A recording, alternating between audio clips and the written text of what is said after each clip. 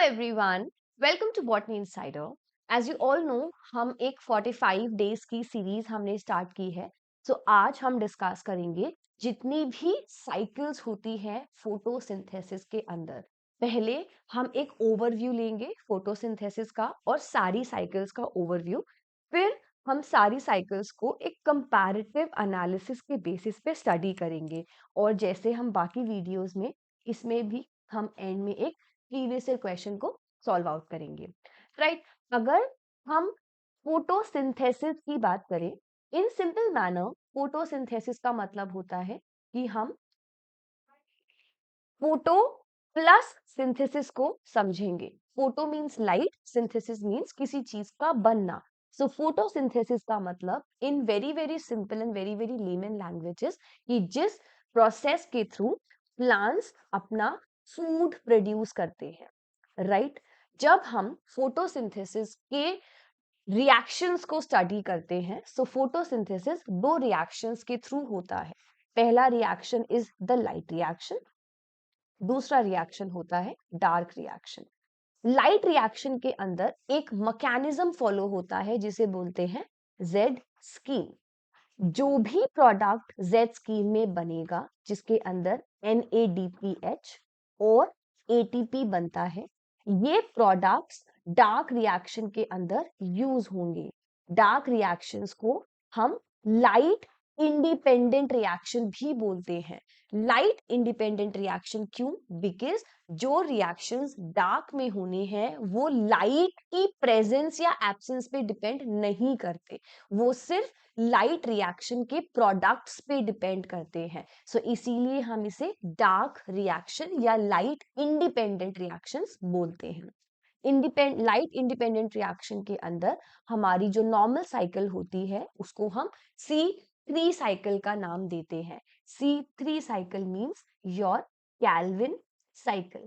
आज की क्लास के अंदर हम C3, C2, कैम और C4 साइकिल के एनालिसिस को करेंगे और साथ साथ हम उनके सारे इंपॉर्टेंट पॉइंटर्स को भी याद करेंगे. Right. I think this is the first step which should be clear on your mind.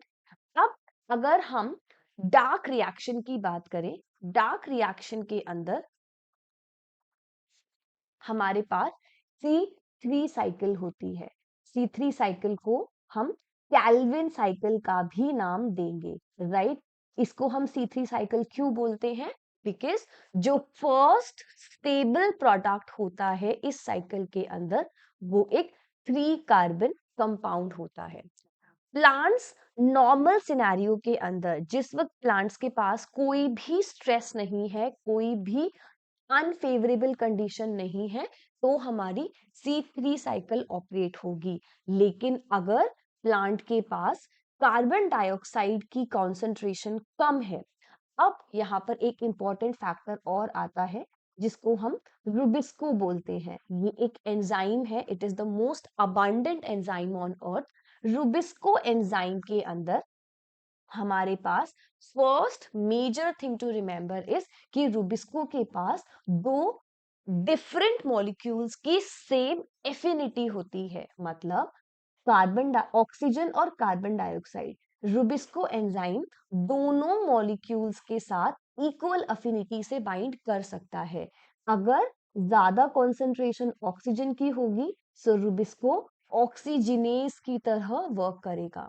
अगर ज्यादा कॉन्सेंट्रेशन कार्बन डाइऑक्साइड की होगी सो ये कार्बोक्सीजिनेज की तरह वर्क करेगा. C3 साइकिल ऑपरेट करने के लिए, बिकॉज हमें जो भी एनवायरमेंट में कार्बन डाइऑक्साइड है उसको फिक्स करना है, so increase in the carbon dioxide और more carbon dioxide will be helping it out to work as a carboxygenase. ज्यादा कार्बोक्सीजिनेज एंजाइम होने की वजह से ज्यादा हमारा रुबिस्को वर्क करेगा और कार्बन डाइऑक्साइड का एलिमिनेशन होगा. ऑन द अदर हैंड अगर ज्यादा ऑक्सीजन प्रेजेंट है सो हमारा रुबिस्को एंजाइम वर्क करेगा as a oxygenase. And if it is working as an oxygenase so यहाँ पर हमारी C2 साइकिल ऑपरेट होगी. C2 साइकिल को हम फोटो रेस्पिरेशन का भी नाम देते हैं. What do we call it? We call it photorespiration. इसके अंदर जो हमारे फिक्स्ड कार्बन डाइऑक्साइड थी प्लांट के अंदर, उसकी अनफिक्सिंग होती है। So there occurs unfixing of the carbon dioxide, right? ये एक वेस्टफुल प्रोसेस होता है प्लांट के लिए। क्यों? बिकॉज जितनी भी प्लांट ने एनर्जी यूज करके कार्बन डाइऑक्साइड को फिक्स किया था, वो सब अनफिक्स हो जाएगी, और यहाँ पर 3 डिफरेंट ऑर्गेनेलीज जो हैं वो फंक्शन करते हैं। सो डिफरेंट डिफरेंट ऑर्गेनेलीज भी without any reason in process आ रहे हैं, प्लस जो फिक्स्ड कार्बन है वो भी अनफिक्स हो रहा है। So that's why it's a wasteful process. Now 3 organelles कौन से होते हैं? It is chloroplast, peroxisome and mitochondria, right? अब प्लांट को C2 साइकिल या फिर फोटो रेस्पिरेशन को अवॉइड करने के लिए एक और मैकेनिज्म का यूज करता है, लाइक बहुत सारे प्लांट्स इस मैकेनिज्म का यूज करते हैं, जिसे हम C4 साइकिल बोलते हैं। इसको हमने C2 साइकिल क्यों बोला? क्योंकि यहाँ पर जो फर्स्ट स्टेबल प्रोडक्ट होगा वो एक 2 कार्बन कंपाउंड होगा। C4 साइकिल के अंदर ये वो प्लांट्स है जहां पर 2 डिफरेंट टाइप की न्यू मॉर्फोलॉजिकल कंडीशंस शो होती हैं। फर्स्ट इज द क्रैंज एनाटमी, और दूसरा होता है डाइमॉर्फिक क्लोरोप्लास्ट। क्लोरोप्लास्ट यहाँ पर 2 डिफरेंट डिफरेंट टाइप्स का, ग्रैन्युलर और ए ग्रैन्युलर, और we can call it granal and agranal type का शो होगा। और दूसरा होता है क्रैंज एनाटमी, मतलब रिथ लाइक स्ट्रक्चर में बंडल शीट सेल्स और मीजोफिल सेल्स ऑर्गेनाइज होते हैं। इसका रीजन क्या है? इसकी वजह से जो हमारा रुबिस्को है उसको हम डायरेक्ट एटमॉस्फेरिक ऑक्सीजन से नहीं, we do not let it come in direct contact with the atmospheric oxygen, and we cause the compartmentalization। हम ट्राई करते हैं, C4 साइकिल प्लांट्स ट्राई करते हैं कि रुबिस्को एक कंपार्टमेंट में रहे, जिसकी वजह से हमारे रुबिस्को के पास सिर्फ higher concentration of carbon dioxide ही जाएगा, and as a result C3 cycle ही ऑपरेट होगी, जिसकी वजह से प्लांट जो है वो एटीपी भी कंजर्व करता है और डिफरेंट ऑर्गेनेलीज जो वेस्टफुल प्रोसेस है उसको भी अवॉइड करता है, राइट?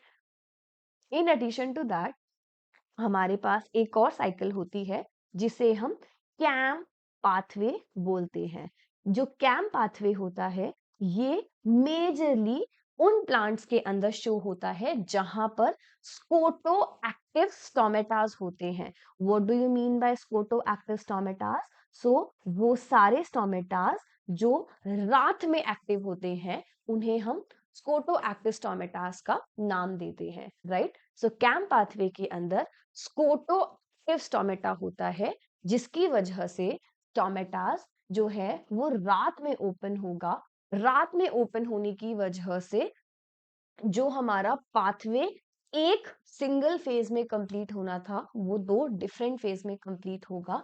रात के अंदर मैलिक एसिड तक प्रोड्यूस होकर हमारे वेक्यूल में सेव होगा। मॉर्निंग में जब हमारी नॉर्मल लाइट रिएक्शन चलेगी उस टाइम पर हमारे लाइट रिएक्शन के प्रोडक्ट्स यूज होंगे और हमारी C3 साइकिल ऑपरेट होगी। C3 साइकिल का मेन फंक्शनैलिटी होता है ग्लूकोज प्रोडक्शन। अगर ग्लूकोज को प्रोड्यूस होना, एंड ऑब्वियसली हर प्लांट में ग्लूकोज का production is very very important, इसीलिए हर प्लांट में नो मैटर कोई सी भी साइकिल ऑपरेट हो, final step will be the C3 cycle getting operated, because glucose हमें प्रोड्यूस करना है, we need to produce the carbohydrates for the energy in the plant. So for that C3 cycle is very very important. C2 cycle के अंदर भी जब chloroplast से peroxisome, peroxisome से mitochondria and then back into the chloroplast again, so chloroplast में final step पे C3 cycle ही start होगी, same in the C4 pathway as well and in the C2 pathway as well. The only reason for having different different cycles is based upon कि हमारे plant के पास क्या conditions prevailing है और क्या उसकी रिक्वायरमेंट्स है। अकॉर्डिंगली प्लांट जो है वो डिफरेंट डिफरेंट साइकिल्स को चूज डाउन करता है, राइट। अगर हम सारे प्लांट्स और मतलब चारों टाइप की साइकिल्स को एक प्रॉपर टैबुलर फॉर्म में देखें, सो जो लाइट डिपेंडेंट रिएक्शंस हैं, that is the light normal reaction, या वो थैलाकॉइड मेम्ब्रेन में होते हैं। ATPase, photosystem 1 and photosystem 2, the normal light reaction that we have, ये उसके बारे में है। सो वहां पर लाइट और water is the input, output is ATP, NADPH and oxygen.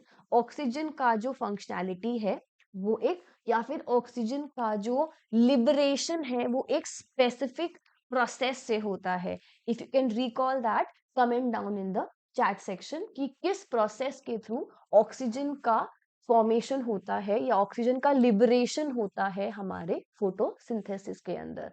And it initiates the photosynthesis by capturing the light energy. अब जो कैल्विन साइकिल है, C3 साइकिल, ये स्ट्रोमा में होगी। रुबिस्को मेन एंजाइम है। हम उसका इनपुट क्या देते हैं? कार्बन डाइऑक्साइड, ATP और NADPH।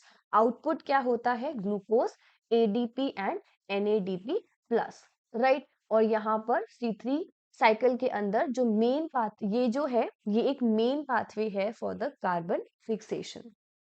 C4 पाथवे के अंदर हमारे पास मीजोफिल्स और bundle sheath sales main location है।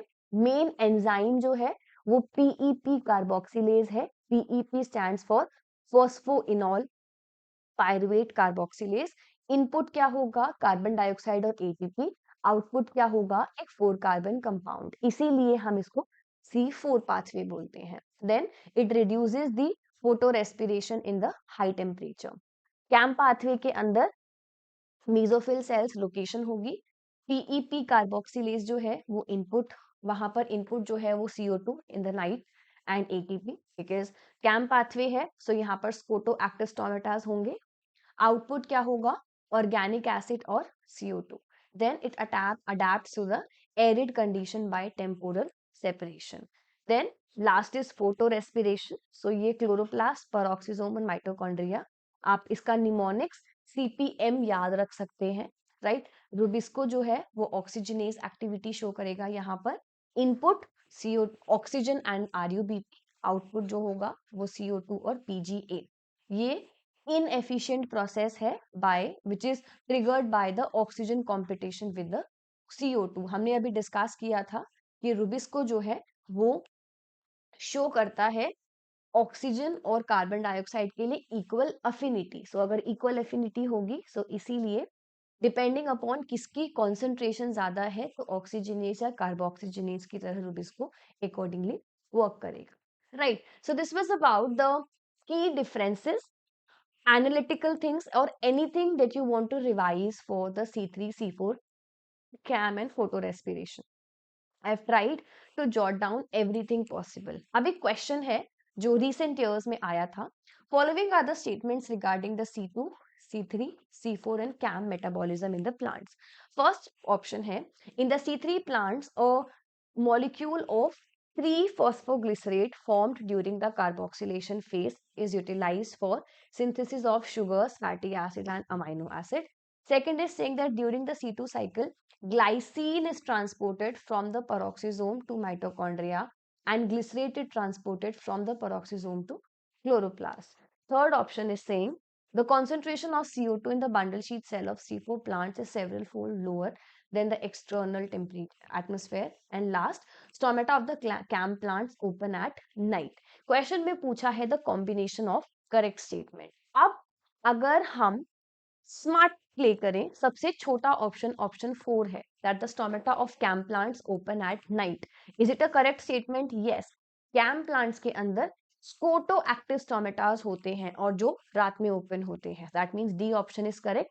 और हमें कॉम्बिनेशन करेक्ट का ही निकालना है, so first and second we can eliminate, right. Followed by that first option बोलता है कि in the C3 pathway, on the C3 cycle, one molecule of phosphoglycerate formed during carboxylation phase is utilized for the biosynthesis of the sugars, fatty acid and amino acid. ये एक wrong statement है, is not utilized. We have the further steps जिसके लिए जो हम use करेंगे main sugar के biosynthesis के लिए। बी ऑप्शन कंप्लीटली करेक्ट है कि C2 cycle the C2 in the C2 cycle, glycine is transported from peroxisome to mitochondria और glycerate is transported from peroxisome chloroplast. ये कंप्लीटली करेक्ट स्टेटमेंट है, सो B और D correct statement है और हमारा correct answer भी ऑप्शन नंबर डी होगा, right? सो और हमारा करेक्ट आंसर भी ऑप्शन नंबर डी होगा, right? So I hope everything is clear to everyone till here, right? And we have learned the entire topic in detail. मैंने कोशिश की है पूरे टॉपिक को in the minimum time summarize करने के लिए. I hope it was helpful. And also, if you're liking this series of the 45 day series that we have started off, please subscribe to Botany Insider. We have our full course starting for the June 2025 very very soon. So आप हमारे application को download कर सकते हैं. आप हमें इस specific number पर call कर सकते हैं या message कर सकते हैं. We'll help you out in the best manner. Right? So all the best. Good luck. Take care everyone. Let's meet in the next tomorrow's session with a new topic. नया topic revise करेंगे, नए question solve करेंगे। Okay, bye everyone, take care.